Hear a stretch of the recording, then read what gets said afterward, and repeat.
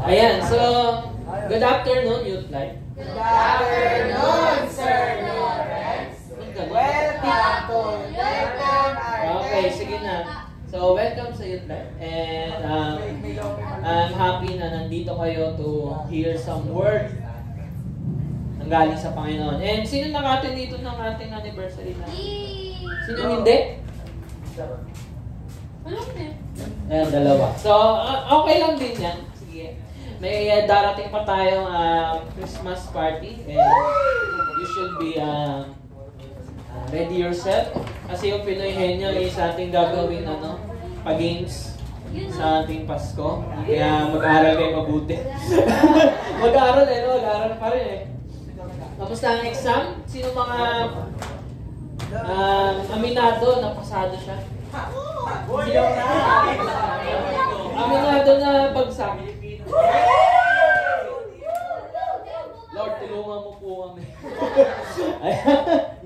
Sige, actually, nasa last installment na tayo ng ating series, ating sa Letter to the Galatians. So, I hope na marami na kayong natutunan sa ating series. And we'll upload yung lahat ng ating naging preaching sa Youth Live. And ito na ang ating huli. So, magiging marami tayong maalala, marami tayong malalaman. Dahil dito natatapusin ni Paul yung sulat niya. So, syempre kapag tatapusin mo na yung yung letter, doon ko na nagsasabi na, I love you. Hanggang sa tamang oras. Yan. Mga ganun. Para mas patapos yung letter, mas mas sweet na, mas marami ka nang naririnig or nababasa na mas malalim, no? So, ito na ang ating outline, no? And dito na tayo sa life in the spirit and love. Kumbaga, pinakita na ni Paul lahat ng problema ng church, kung ano dapat ang kanilang ginagawa, kung ano dapat pinaniniwalaan nila. And syempre, as a human being, and nahirapan tayo sa ating buhay, Lord, kailangan namin ng tulong. Syempre, kapag hanggat nakakaranas tayo ng pangangailangan sa Diyos, laging merong ibibigay si Lord sa atin. And that is the spirit and love. So, ano bang meron sa spirit and love? And yun ang ating tatalakayin. Ayan, sabi nga ni Mark. So, balikan mo tayo. Si Mark ba yun? O si Aldrin pala. Sorry na. Tahimik nga pala si Mark. Okay. Backstory. So, di ba nga nagsulat si Paul dahil yung Galatia Church, yung tinayo niyang church doon na nag-preach siya doon, and then nagtayo siya doon ng church para i-proclaim yung gospel. And then, nung after niya umalis, may dumating na false teachers para lokohin sila or dapat ganito gawin niyo, dapat huwag niyo sundin si Paul. So, may mga dumating na false teachers, and then na-convince yung mga Galatians na sa Paul's gospel, and dapat meron muna silang gawin para maligtas or maging part ng pamilya ng Diyos. Then, ang false gospel na yon is, yes, Jesus, but you must be circumcised, eat kosher, and observe Sabbath. So, Paul was broken-hearted kasi di ba sinabihan mo ng I love you, tapos may kaibigan siya, hindi ka mahal nun. Di ba masakit? Majijiji ka. So, na-broken-hearted si Paul. And, nagalit siya, kaya siya sumulat sa Galatians. So, medyo maingay sa labas, pero I hope marinig nyo. So, ang ating previous chapters, ito ang ating pinalakay last sa ating series. So, ang false gospel is si Jesus plus works, and ang equals is salvation. So, ito yung false gospel na dinadagdagan natin yung kailangan para sa ating salvation. And then, ano yung totoo? True gospel is Jesus equals salvation. So, si Jesus na ang kailangan natin sa ating kaligtasan. Makapasok ka man ng langit, tanggap ka kahit wala kang ginawa. No? So, ang ating gospel is si Jesus, His life, death, and resurrection. Sabihin niyo, only is the true gospel. Whoever believes it are saved. So, yung lahat ng ginawa ni Jesus, yung bumaba siya dito, nabuhay ng 33 years, namatay sa krus, muli siyang nabuhay, and sa pamamagitan nun, doon lang, only, yun lang ang ating dahilan kung bakit tayo maliligtas. So, bakit tayo ligtas? No? And this true gospel must be shared. So, dahil, di ba, narinig nyo na to, I hope merong sa puso natin na gusto ko itong i-share sa aking mga kaibigan, sa aking pamilya, no? And hindi naman yun, pinipilit sa atin, no? Basta kapag naramdaman mo kailangan ng tao, di ba, ibibigay. So, kapag na-preach ka naman ng false gospel, you are cursed. Kasi hindi mo alam kung ano yung katotohanan, and then nagpapakalat ka lang ng kasinungalingan. So, sa Galatians 2 naman, ngayon alam na natin yung gospel ni Jesus. Dapat din tayo mamuhay na alam natin ito. Hindi lang to basta, ligtas na ako. Sige, kaya mo nang gawin kahit ano. Ligtas na ako, wala nang makakapigil sa akin. Diba? Parang ang wrecking ball. Kevin, okay, hindi ko matapos. Isa kasi na-jojoka, ayoko tapusin eh. Okay, okay, next. Naging righteous tayo dahil kay Jesus at hindi dahil sa pagsunod sa law. Alam niyo na yan. If magiging righteous tayo sa pagsunod sa law, edi sana di na lang namatay si Jesus. Kung yung 10 Commandments o yung pagiging masunurin mo yung magpapapasok sa iyo sa kalangitan o sa piling ng Diyos, doon ka nagkakamali. Edi sana hindi na lang namatay si Jesus para sa iyo. Tama, di ba? Tama naman. No? And then sa Galatians 3, now by obeying the law, kapag sumunod ka sa law, yung 10 Commandments, lahat ng sinasabi sa Bible, nakita natin ang need natin for Savior. Dahil di natin ito ma-perfect. Dahil hindi mo kaya, Lord, hindi ko to kaya, kailangan ko na magliligtas sa akin. Siya yung mag-perfect ng score ko sa aking test. Diba? Hindi ko talaga kaya, nag-review na ako, di ba? Pumunta na ako ng library, pero natulog lang ako. So, and then, by obeying the law, walang kaligtasan at kamatayan lang. Kasi hindi mo nga ma-perfect. So, hindi ka maliligtas nun. Hindi mo rin ma-perfect, kaya kamatayan lang ang marireceive mo. Deserve natin. Deserve natin lahat mamatay. No? Pero, dahil kay Jesus, dahil by faith kay Jesus at sa ginawa niya, naging righteous tayo. So, sino dito aminado na makasalanan siya? Kay Jesus, kayo ay righteous. So, alam niyo na yan, dapat. Dahil ilang beses natin sinasabi yan at naririnig din na tayo kay Paul. Then, by faith din kay Jesus, na-receive din natin ang Holy Spirit. So, sino si Holy Spirit? Siya yung kasama natin as our comforter, our guide to live like Christ. No? Siya yung magsasabi sa'yo, ganito ka kamahal ni Jesus. Siya yung lagi magpapaalala sa'yo na ito dapat mong gawin. Hindi yan. Siya yung laging magsasabi sa'yo, magkukomfort sa'yo na nagkasala ka. Hindi ibig sabihin no na mawawalay ka sa Panginoon. Minsan, dahil sa kasalanan, ayoko na mag-church. Diba? And, isa pa, by faith kay Jesus at sa ginawa niya, we became part of God's family. You are part. Sabi mo, you are part. You are part. Hindi utot yan, ha? Hindi utot yan. You became part of God's family. No? You are sons and daughters. Sabi mo, son. You are son and daughter. Yan. So, yan. You're my daughter, sabi ni Lord sa'yo. And then, by faith kay Jesus, na-receive din natin ang promise ni Lord. Na-promise natin si Lord na aalisin ko kayo sa paghihirap na yan. And yun yung salvation niyo. So, sa Galatians 3, naintindihan na natin na, makinig. Naintindihan na natin na saved by obeying the law, ayaw natin yan. Hindi tayo maliligtas na. Hindi tayo maliligtas na. Ang nakakapagligtas na sa atin is by faith in Jesus Christ. Kuya, huwag mo muna yung scripture ko na. Sige. Ayan. Okay na. Okay na. Napicturan na. Dapat yun yung pinipicturan nyo. Si Drake talaga yan. Okay. So, yan yung ating, yan yung sinabi ni Paul sa Galatians 3. Ngayon, sa Galatians 4 naman, sa chapter 4, Jesus became heir of all things. Anong heir? Tagapagmana. Nakuha ni Jesus lahat ng meron sa mundo. Nasa kanya ang lahat. Kumbaga si Daniel Padilla, dapat si Jesus yung kinakanta niya. Kasi na kay Jesus ang lahat. And dahil si Jesus ay nasa inyo, we became co-heir o kasamang tagapagmana. Kung anong meron si Jesus, meron ka din. Dahil righteous si Jesus, righteous ka din. Dahil part ng family si Jesus sa family ng God, part ka din, di ba? Ganon. Okay, di ko na sabihin yung part. Then, dati tayong slave ng law, lagi tayong sumusunod, laging sumusunod. And then dati tayong nagkakasala. But now we are free. Ano ibig sabihin ng free? Malaya ka na. Nakulong ka ba? Hindi. We are free sa pagsunod ng law. Hindi mo na siya kailangan i-meet yung requirements. Hindi mo na kailangan linisin yung sarili mo sa kasalanan, no?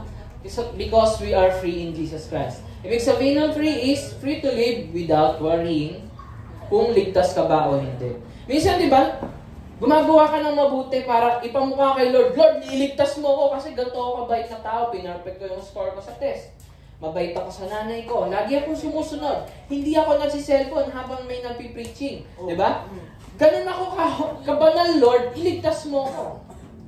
Or sa iba naman, Lord, lagi ako nagkakasala, hindi na ata ako maliligtas. Lord, lagi ako nagkakamali. Magulang ko ayaw sa akin, lagi akong bagsak sa test. Hindi na ako, wala na akong kwenta. Tapusin ko na lang. Di ba?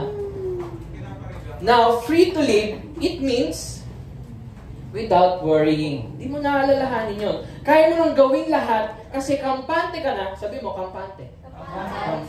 Kampante ka na na sa katapusan ng buhay mo, makakasama mo si Jesus face to face. Ayan. Boom. Boom, pasok. Okay? Okay. Ngayon, inan ko yung preaching ko last time sa Galatians 4, sa Galatians 5:1. So, Christ has truly set us free. Now, make sure that you stay free. You stay free. Huwag mo na sundin yung requirements ng law. Huwag ka na magpakasasa sa kasalanan mo. No? And don't get tied up again in slavery to the law. Hindi na tayo slave. We are free to do anything. So, anong ibig sabihin no? Free to do anything. So, may mga sasagutan tayo ngayon sa ating tatalakayin sa Galatians 5-6. Mga tanong na masasagot.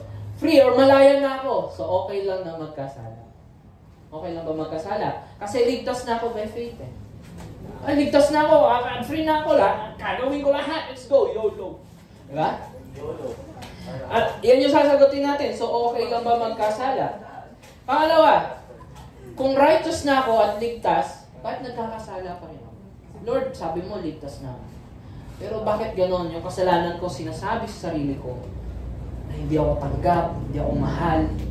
Sinasabi ng kasalanan ko na wala akong kwenta. Ngayon, sagutin natin yan.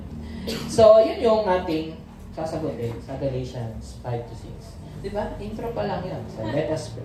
Heavenly Father, Panginoon, maraming salamat sa hapong ito, Panginoon, na pinagkaloob mo sa bawat isa. Lord, dalangin ko, Panginoon, na maintindihan namin, Panginoon, yung sinasabi ni Paul, Panginoon, sa sinulat niya, Panginoon, sa Galatians, Panginoon. Lord, continue to remind us, Panginoon, of who you are, Panginoon, at kung anong ginagawa mo sa aming buhay, Panginoon. Pakita mo, Panginoon, kung ano na yung status namin sa harapan mo, Panginoon, that we are child, Panginoon. We are child of you, Panginoon, na malaya kaming tawagin kang tatay, Panginoon. Malaya kaming, Panginoon, sabihin sa sarili namin na kami ay ligtas at kayang gawin ang lahat ng walang alinlangan kung ligtas pa kami o hindi. Kaya, Panginoon, ikaw po ang siya magpaalala sa amin, no? Kung ano yung pagmamahal mo, at sa ilan namin po tinatasalit na to sa pangalan ni Jesus. Amen. Amen. Ayan. So, pag-uusapan na natin dito yung mga sinabi ni Paul. So, we will talk about yung freedom. So, malaya na tayo. Malaya na tayo hindi sumunod. Kasi sumunod, no? Sa law at his requirements para maligtas.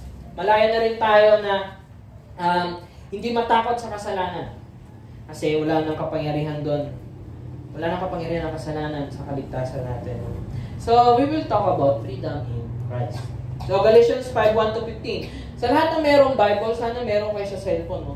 Pero dahil nasa screen na, samahan nyo ko magbasa. So, ito yung kanina, di ba?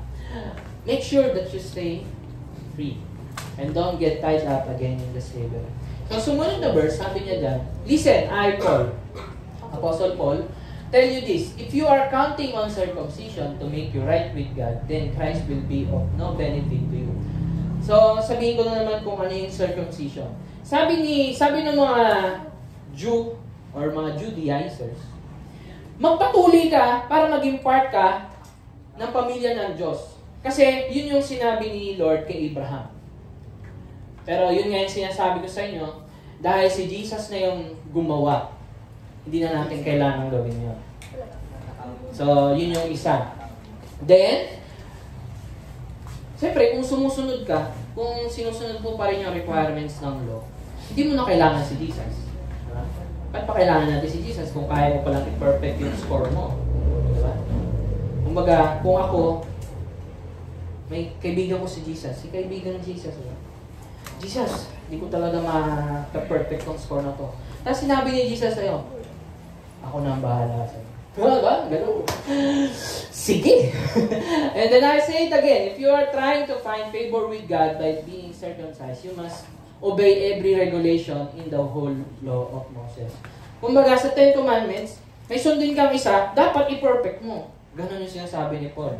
Eh, hindi nga natin kaya.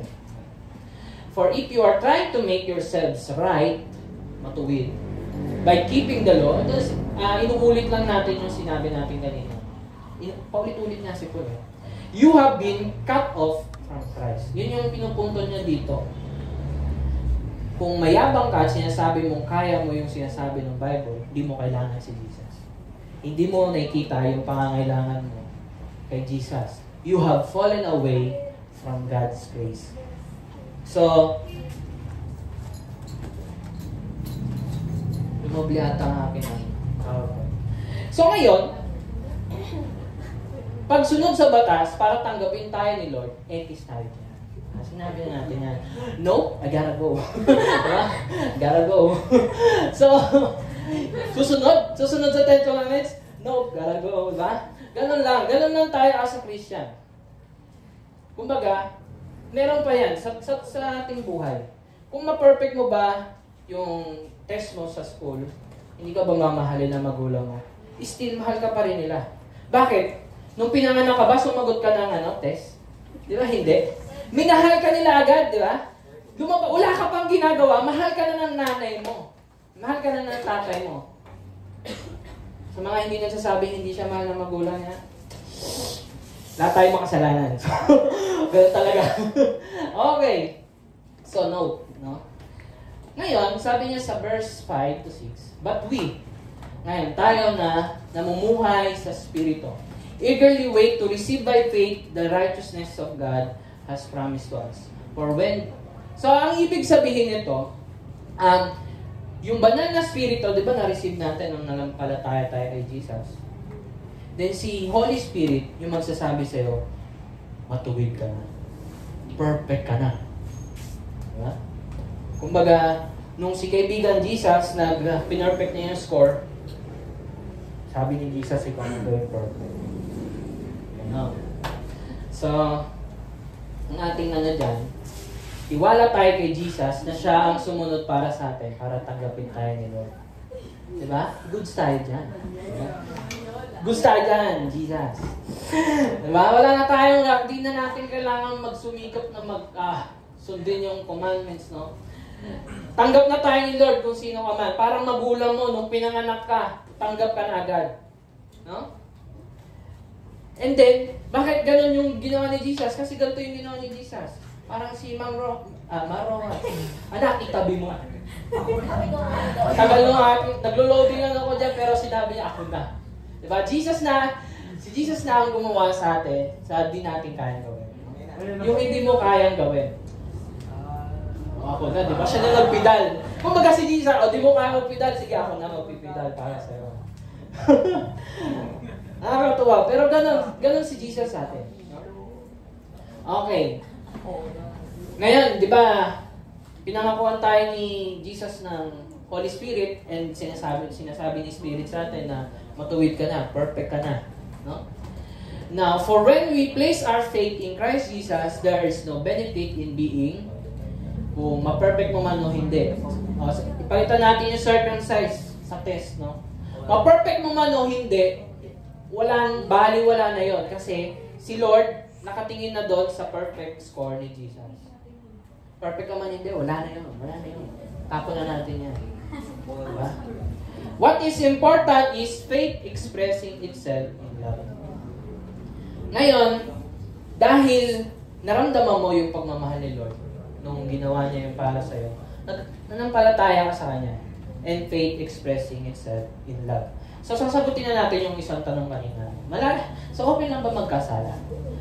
Lumabas na agad yung link ko doon. Pero, faith expressing itself in love. Kung may faith ka, nagmamahal ka.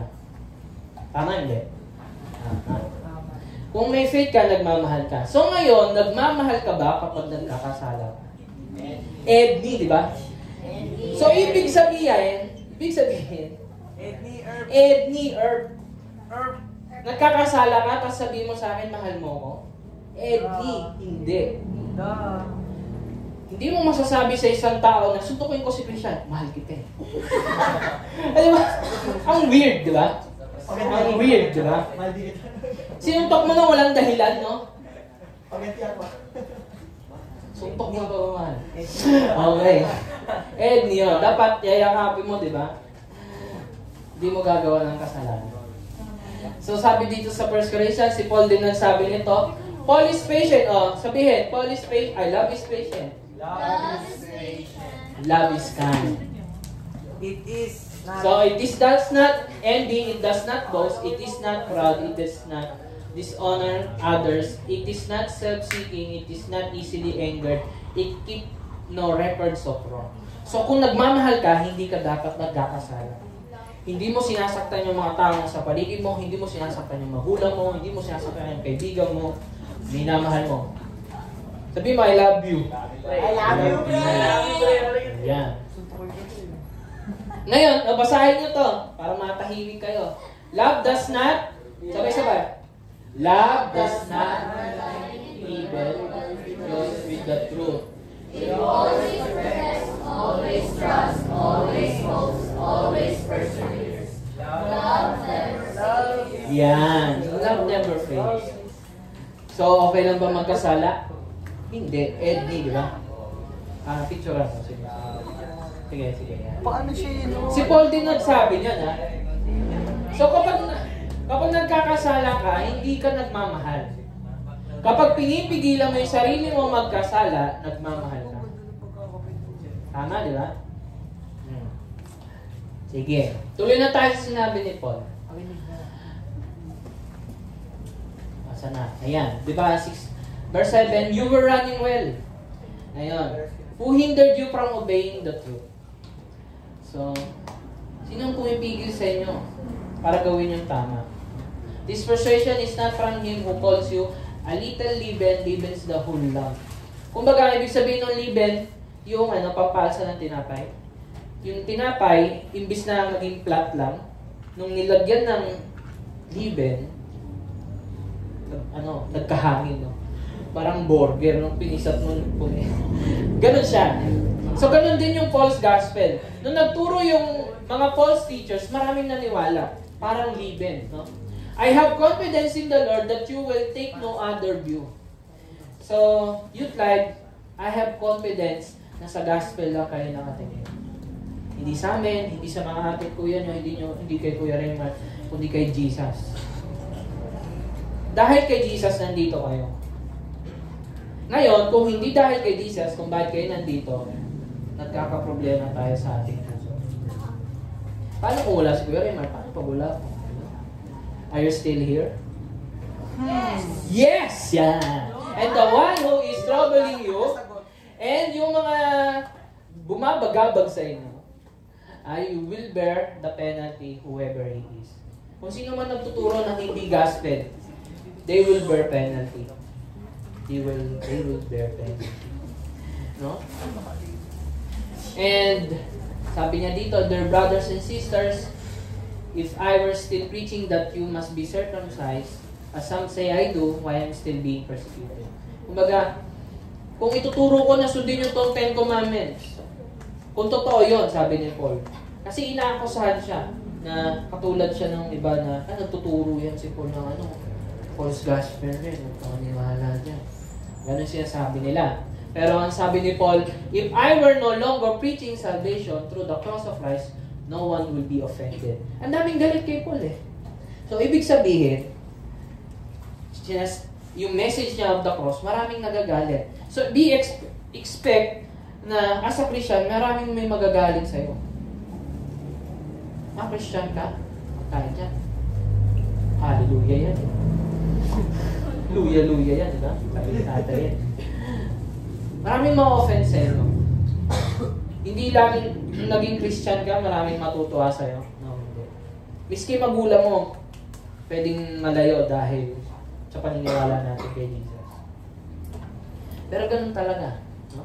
As a follower of Jesus Christ. I just wish that those troublemakers who want to mutilate you by circumcision would mutilate themselves. Ang sinasabi ni Paul, yung mga gustong manakit sa inyo sa pamagitan ng tuloy, saktan nila sarili nila. Sila na lang, huwag kami, di ba? Parang ganon. So ngayon, offended ang iba dahil bakit paisi-isi ka lang. Kasi tiwala ka na kay Jesus. As a Christian, we are paisi-isi lang. Kahit maraming na-offend dahil sa pagiging Christian natin. Maraming nasasaktan, no? Sa pagiging Christian mo. When you are saying the truth. Diba? Ang reaction mo lang okay lang. Okay lang, diba? Okay. Sige. Sabi niya dito, for you have been called to live in freedom. So malaya na tayo, diba? Namuhay na tayo ng malaya. My brothers and sisters, but don't use your freedom to satisfy your sinful nature. Sabi ni Paul dito, alam niyo na yung nasa isip niyo, malaya na ako, sige, mag-YOLO na ako, gagawin ko na lahat ng gusto ko. Sabi ni Paul, Edni ulit, di ba? Edni. Kasi, instead, use your freedom to serve one another in love. Malaya ka na magmahal. Mamahalin ko to.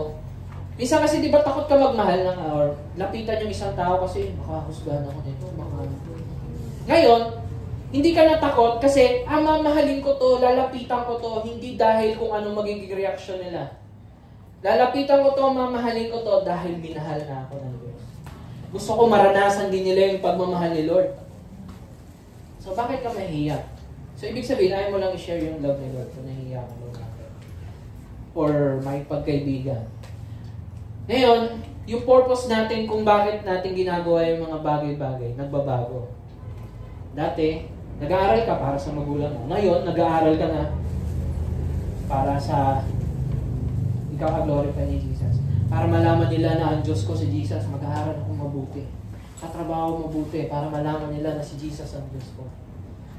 Nagmahal sa akin. Diba? Lalapitan ko itong tao to, i-reject man ako nito, i-accept man ito. Itong tao na to, okay lang kasi accepted na ako kay Jesus. Nag-iiba yung rason natin kung bakit natin ginagawa yung isang bahay. Dati pupunta ka dito para kumain. Ngayon, si Jesus na yun. Diba? Ganun na tayo. No? So, tapos na ba yung sinabi ko? Hindi pa. For the whole law can be summed up in this one command. Love your neighbor as yourself. But if you are always biting and devouring one another, watch out, beware of destroying one another. Ngayon, kapag nagmamahal ka, nagagawa mo yung 10 Commandments. Imagine, parang bumato ka ng, binato mo yung kalapate, tinamaan mo 10. Isang bato mo lang, tinamaan lahat. Ganon. Nung nagmahal ka, tinamaan mo yung 10 Commandments. Lahat nagawa mo dahil sa pagmamahal.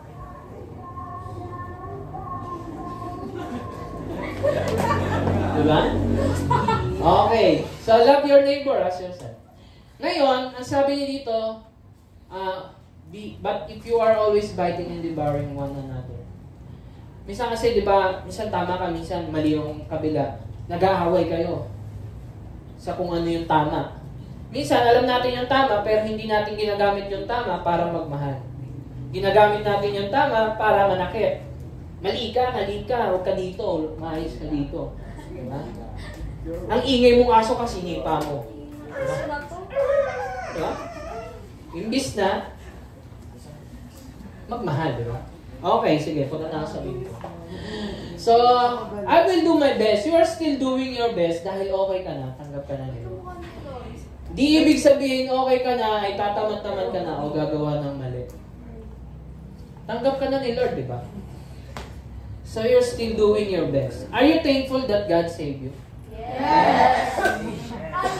So you will still do your best kasi minahal ako ni Lord. Ganon.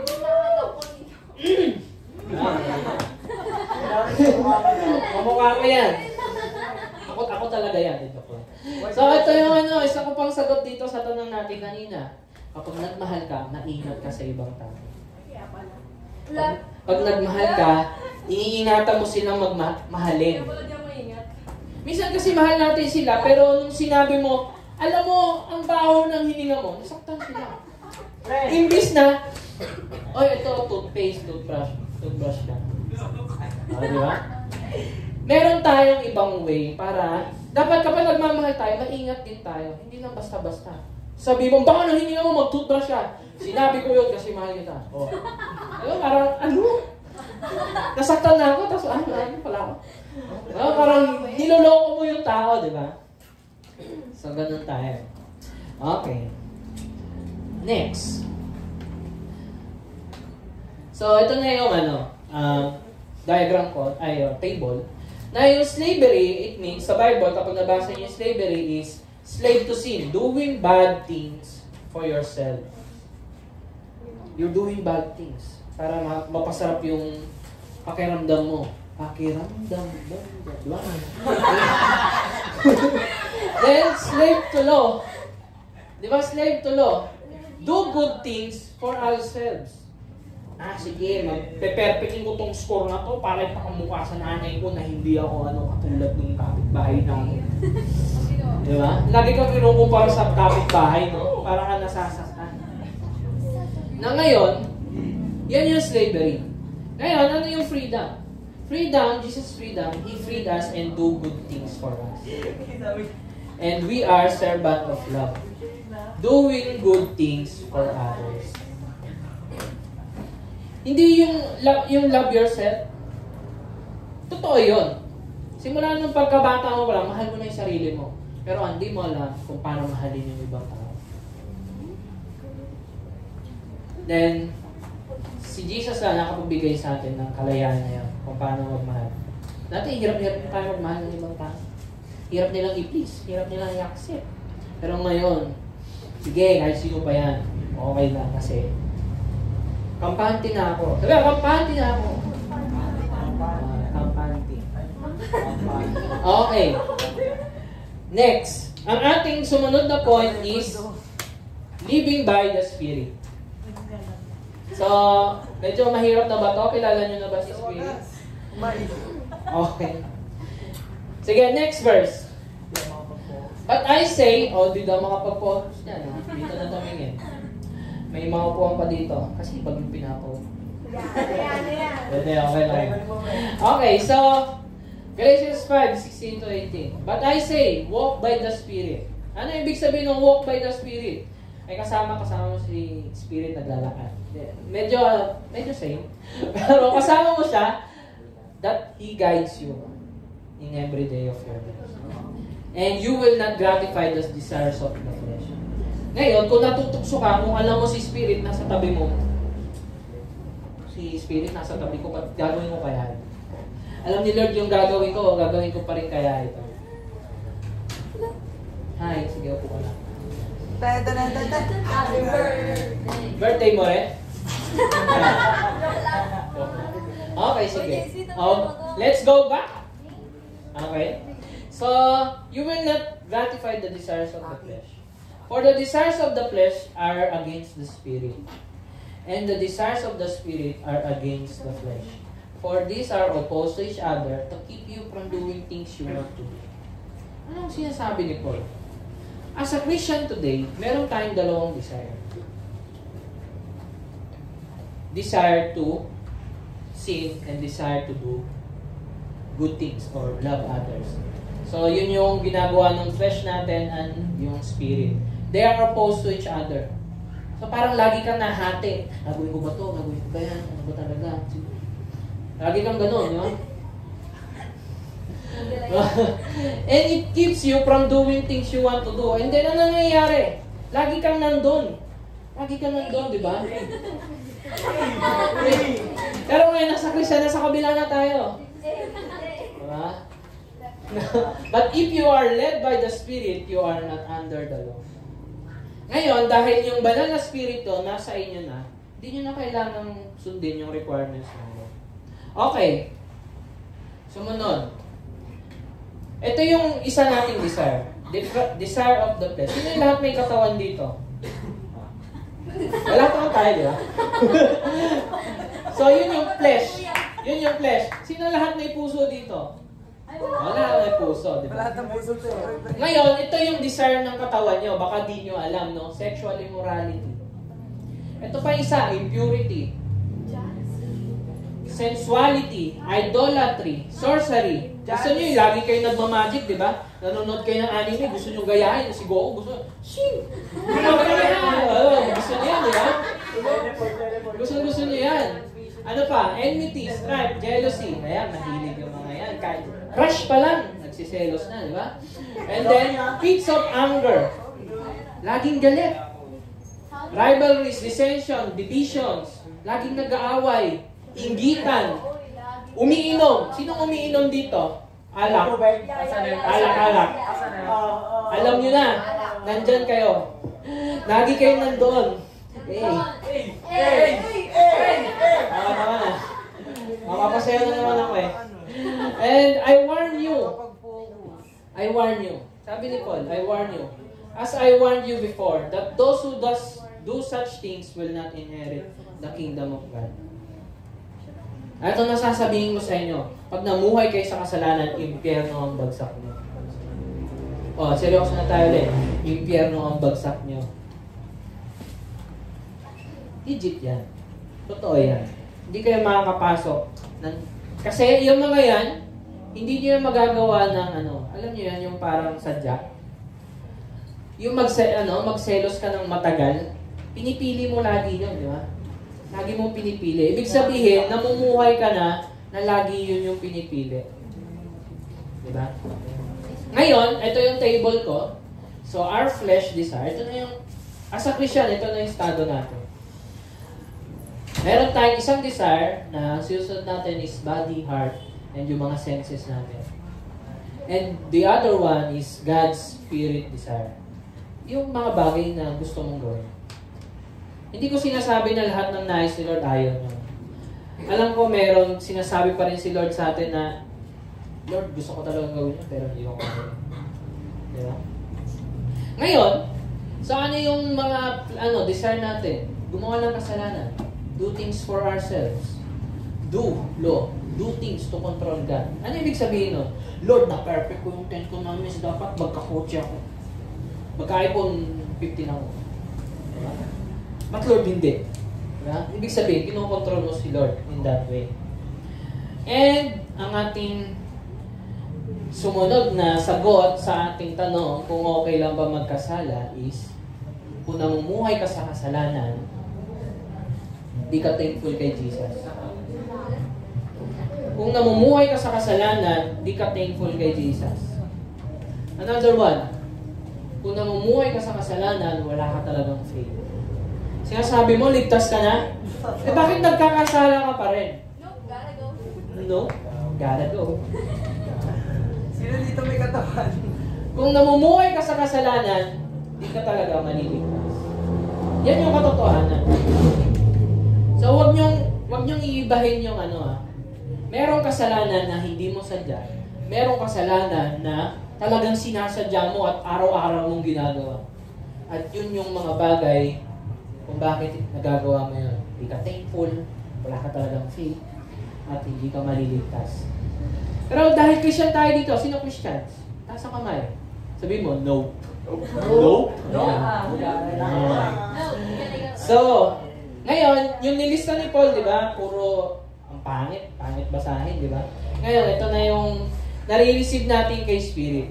But the fruit of the Spirit is love. Joy, peace, patience, kindness, goodness, faithfulness, gentleness, self-control. Against such things, there is no law.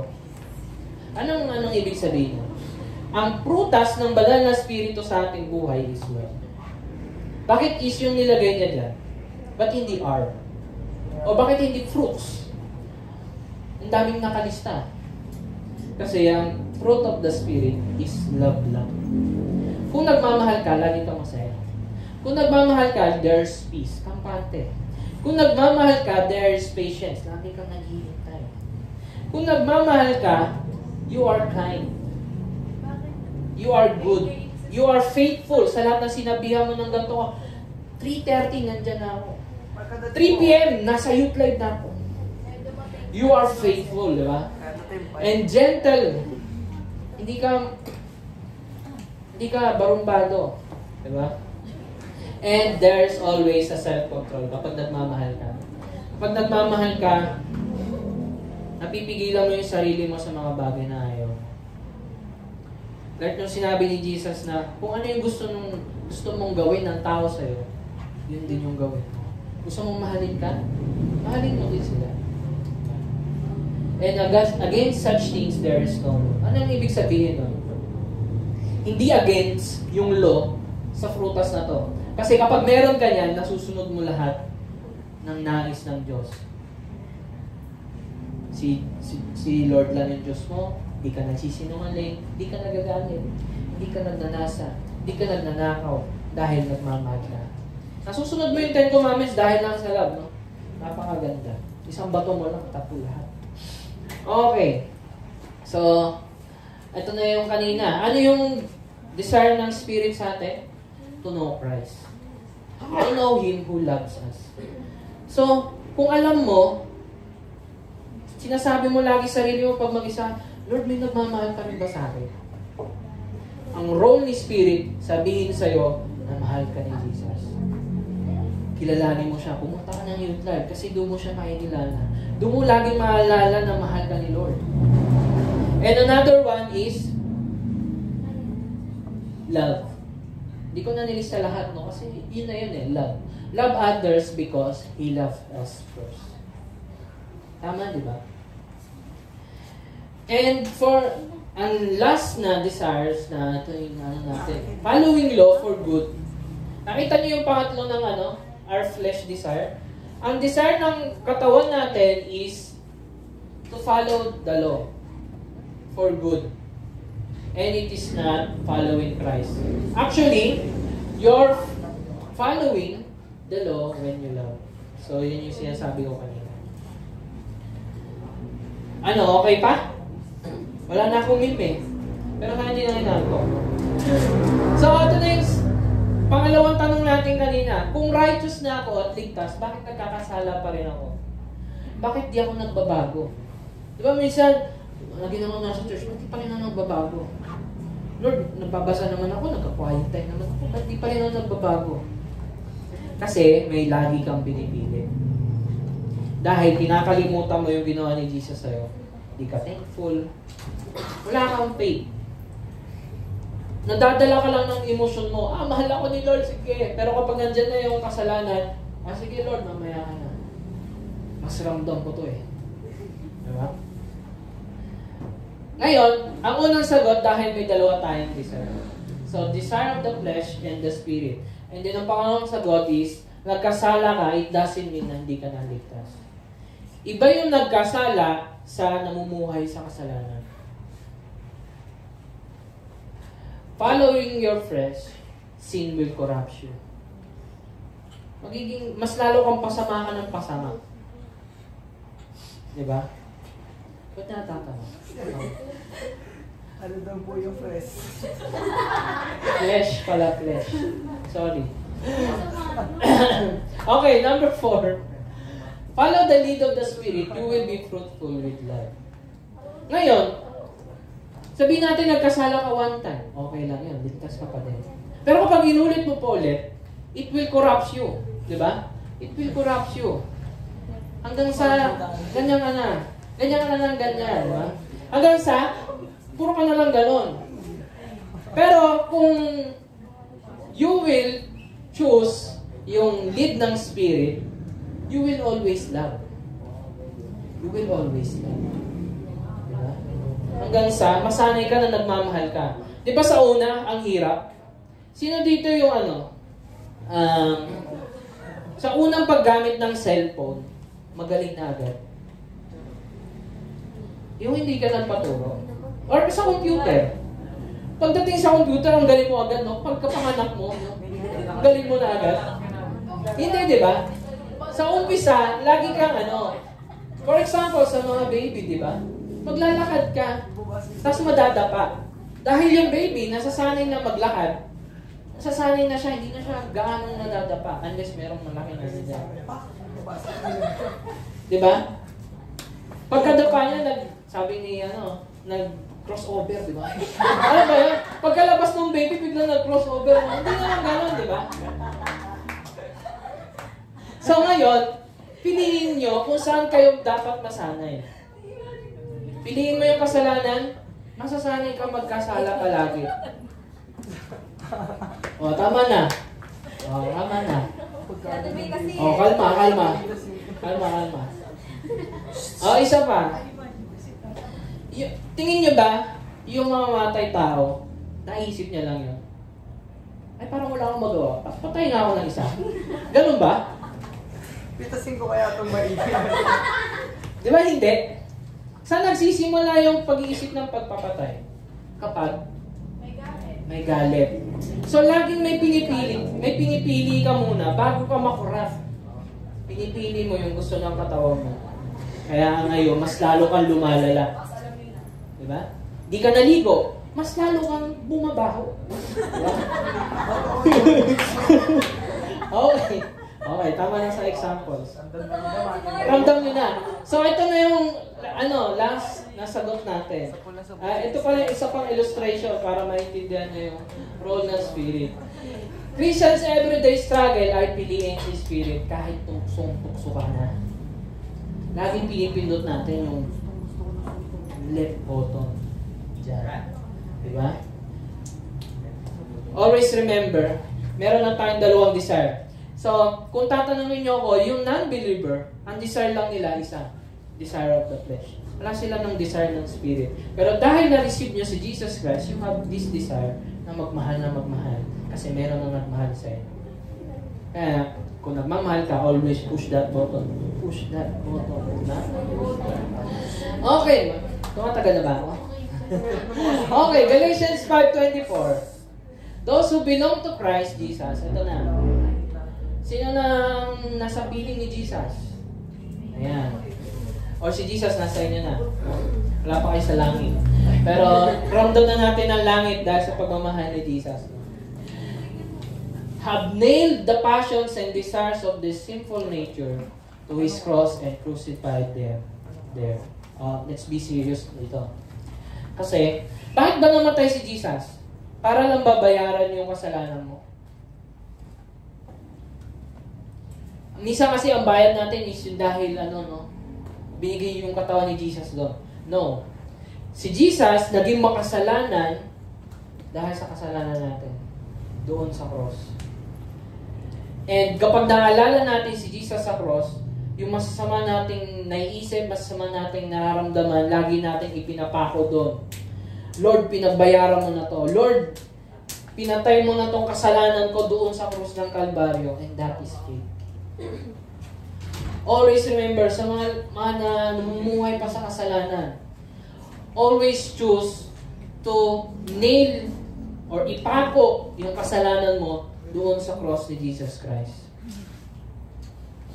Dahil siya magbabayad ng para sa atin na. Kasi yan yung sabi ni Paul sa Romans, but God showed His love for us in that while we were still sinners, Christ died for us. Habang makasalanan pa lang tayo, alam na ni Jesus kung ano yung mga gagawin mo at saka mga ginawa mo na. And He do it anyway dahil sa pagmamahal. Dahil sa pagmamahal niya sa'yo. Sabi ka. Ngayon, we will go to the last point. You reap what you sow. Kung ano man yung piliin mo, kung ano man yung itanim mo. So, same, analogy lang to. No? Kung ano yung itanim mo, yun yung makukuha mo. Pag nagtanim ka ba ng buto ng kamatis, apple ba yung lalabas? Hindi, diba? Pwede, magic. Hindi. So, ano yung ibig sabihin ni Paul dyan? So sabi niya dito, tatalon tayo ng Galatians 6:7, verse 7. Do not be deceived. God is not mocked, for whatever one sows, that will he also reap. Those who live only to satisfy their own sinful nature will harvest decay and death from that sinful nature. But those who live to please the Spirit will harvest everlasting life from the Spirit. So let's not get tired of doing what is good. Huwag kayo mapagod. Nakakapagod na to. Tikas agad ang ulo ng tao mo. Hindi ko talaga mamahal na yun eh. Pero dahil mahal mo ako, Lord, mamahalin mo siya. Diba nagtitiis tayo? Diba nga kapag nagmamahal, you are patient. At just the right time, we will reap a harvest of blessing if we don't give up. If you don't give up, balang araw, makikilala niya rin si Jesus. Balang araw yung mga kaibigan, magulang natin, makikilala nila si Jesus dahil sa ginagawa natin. Dahil sa pananampalataya natin kay Jesus. Ano yung sabi dito ni Paul? Binigyan ko ng illustration. Ang tinanim mo is following the flesh. So for sure, ang makukuha mo, corruption at death. Eternal death. Ngayon, if you follow the Spirit, blessing and eternal life ang mararanasan mo. There's always a choice. Ginawa na ni Lord yung regalo. Binalot na ni Lord yung regalo. Ang kailangan mo na lang gawin is tanggapin. Piliin na tanggapin ang regalo na binibigay ng Jesus. No? And then balik tayo doon sa Galatians 5:25-26. Since we are living by the Spirit, let us follow the Spirit's leading in every part of our lives. Hindi lang tuwing nasa church ka, tuwing nasa school ka, tuwing nasa bahay ka, tuwing nagsasabi ka sa nanay mo, ma, ako na maghuhugas. Diba? Kasi hinugasan na ako ni Jesus. Parang gano'n. Pero okay. Let us not become conceited, mayabang, or provoke one another, or be jealous of one another. So, nagtanim ka, following the Spirit, you will love one another. Kung mayabang ka, mamahalin ka ba ng tao? Di ba hindi? Kung mayabang ka, may magmayayabang din sa'yo. May mayayabangan sa'yo, may sasapak sa'yo bigla. Di ba? Yun talaga yun, di ba? Another one. Ito pa yung sinabi ni Paul sa Galatians 6 na, Dear brothers and sisters, if another believer is overcome by some sin, you who are godly should gently and humbly help that person back on the right path. Alam mo nang nagkakasala, bakit inahayaan mo pa? Patungkol na ito sa mga tao na sa paligid natin. Tayo yung nakakilala sa Panginoon, dapat tayo magdala sa kanila sa tamang daan. No? And be careful, na naman yung careful, not to fall into the same temptation yourself. So, siyempre, dahil sinasamahan mo sila, baka ikaw pa yung mapasama, di ba? Huwag ka nang sumama dyan sa bar. Tapos, nung sinasama mo, ikaw na pala yung pumapasok. No? Huwag ka na dyan. Tapos, ikaw na yung nakikiparty, di ba? Huwag kang magpapadala, siyempre. Yung pa rin yung struggle doon. Piliin mo lagi yung leading ng Spirit. Share each other's love, burdens, and in this way, obey the law of Christ. In this way, we obey the law of Christ. Ano yung law ni Jesus Christ? Love. Love lang. Diba, yung sinabi ni Jesus na, love the Lord your God with all your heart, soul, and strength, and love one another, and love your neighbor as yourself. Ang ingredient ni Lord doon is love. Yun lang, magmahal ka. Hindi na tayo mahirapan magmahal kung alam mo kung paano ka minahal. Diba? Ngayon, if you think you are too important, kung mayabang ka talaga, you are only fooling yourself. You are not that important. Always remember, makasalanan pa rin tayong lahat. Without Jesus Christ, lahat tayo sa basurahan pupulutin. Now, you saw following the Spirit? Ang maririt mo is helping each other. Tinulungan mo siya, for sure, tutulungan ka rin mo.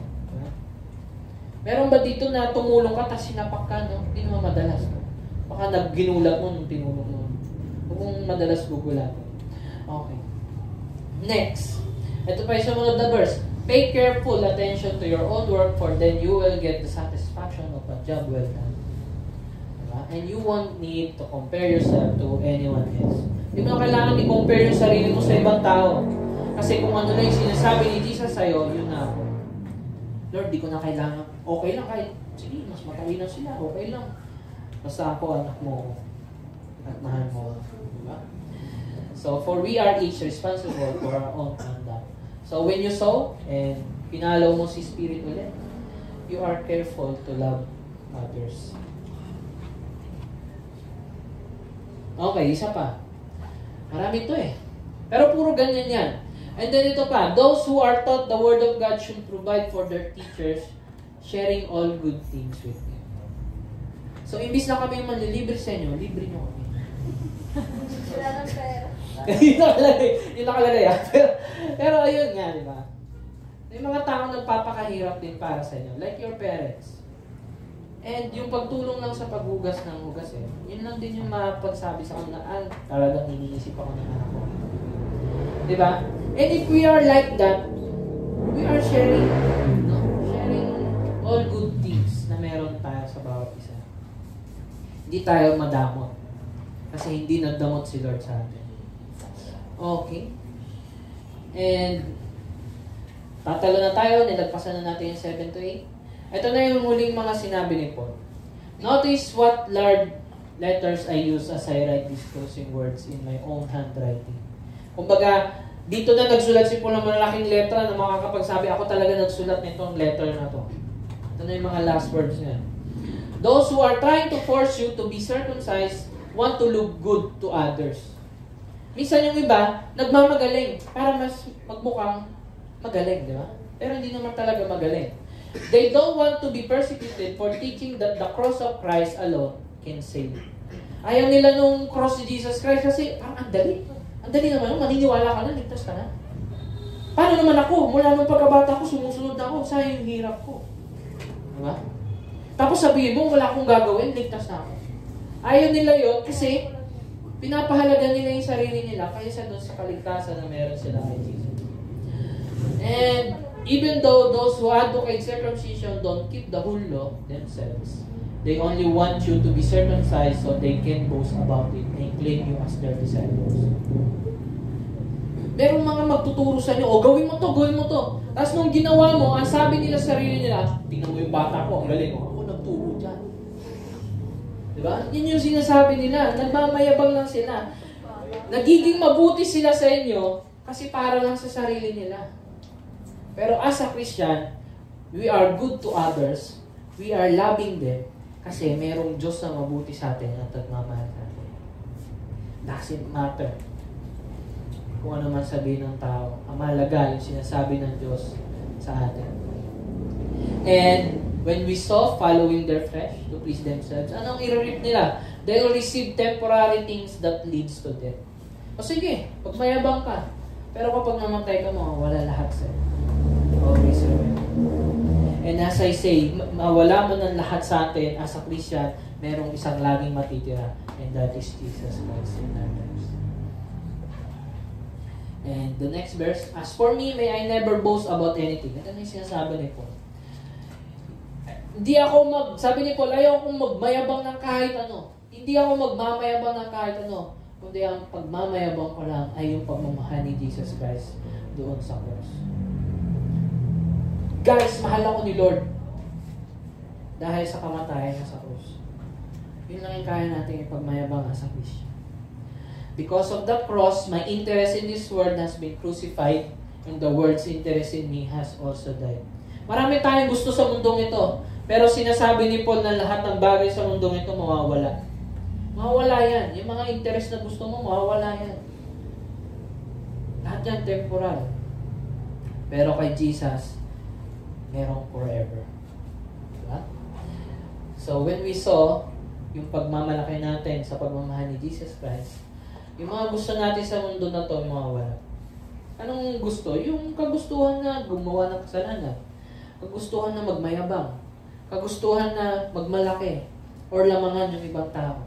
Mawawala yun sa ating katawan kung lagi nating pinipili yung leading ng Spirit. And verse 15 to 16, it doesn't matter whether we have circumcised or not. Sumunod ka man o hindi, di mahalaga yun. What counts is whether we have been transformed into a new creation. Lahat ng Kristiyano is a new creation. Bakit? Nag-iba na yung rason mo kung bakit ka magmamahal. Hindi katulad na ng iba. Ibang tao ka na nung nakilala mo si Jesus. May magsasabi sa'yo, alam mo, nag-iba ka na. Yun yung sinasabi ni Paul dito na new creation. No? May God's peace and mercy be upon all who live by this principle. They are the new people of God. When we saw faith in Christ Jesus, we are a new creation and people of God. So, yun yung lagi niyang sinasabi din.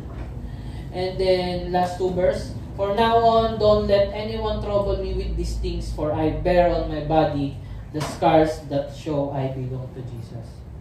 Ano siya sabi ni Paul? Meron daw siyang sugat na magpapatunay na kabilang siya kay Jesus. Sabi niya dyan, we are belong to Jesus, the heir of all things. And what we read is, we are co-heirs of God. Lahat ng mamanahay ni Jesus, namana din natin.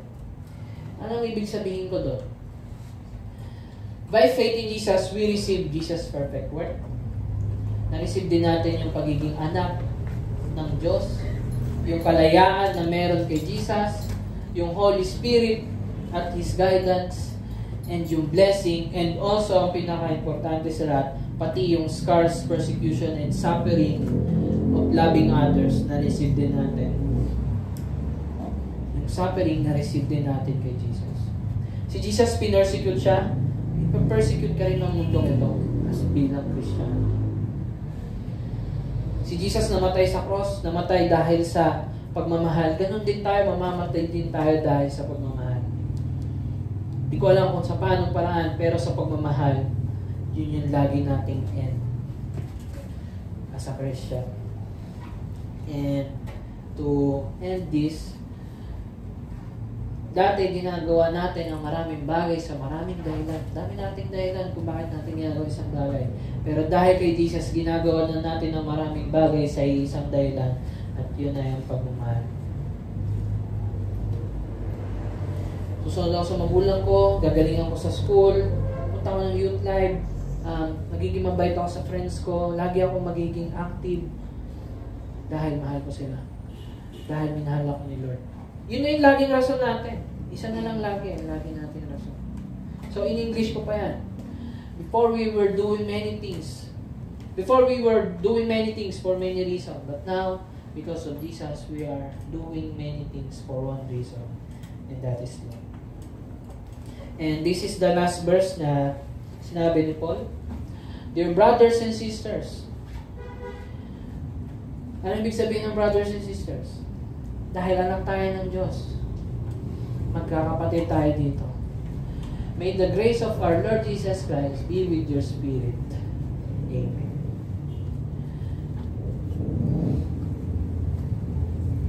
Okay ba? Let us pray. Heavenly Father, Panginoon, marami pong salamat sa series na ito na pinagkaloob mo sa amin, Panginoon.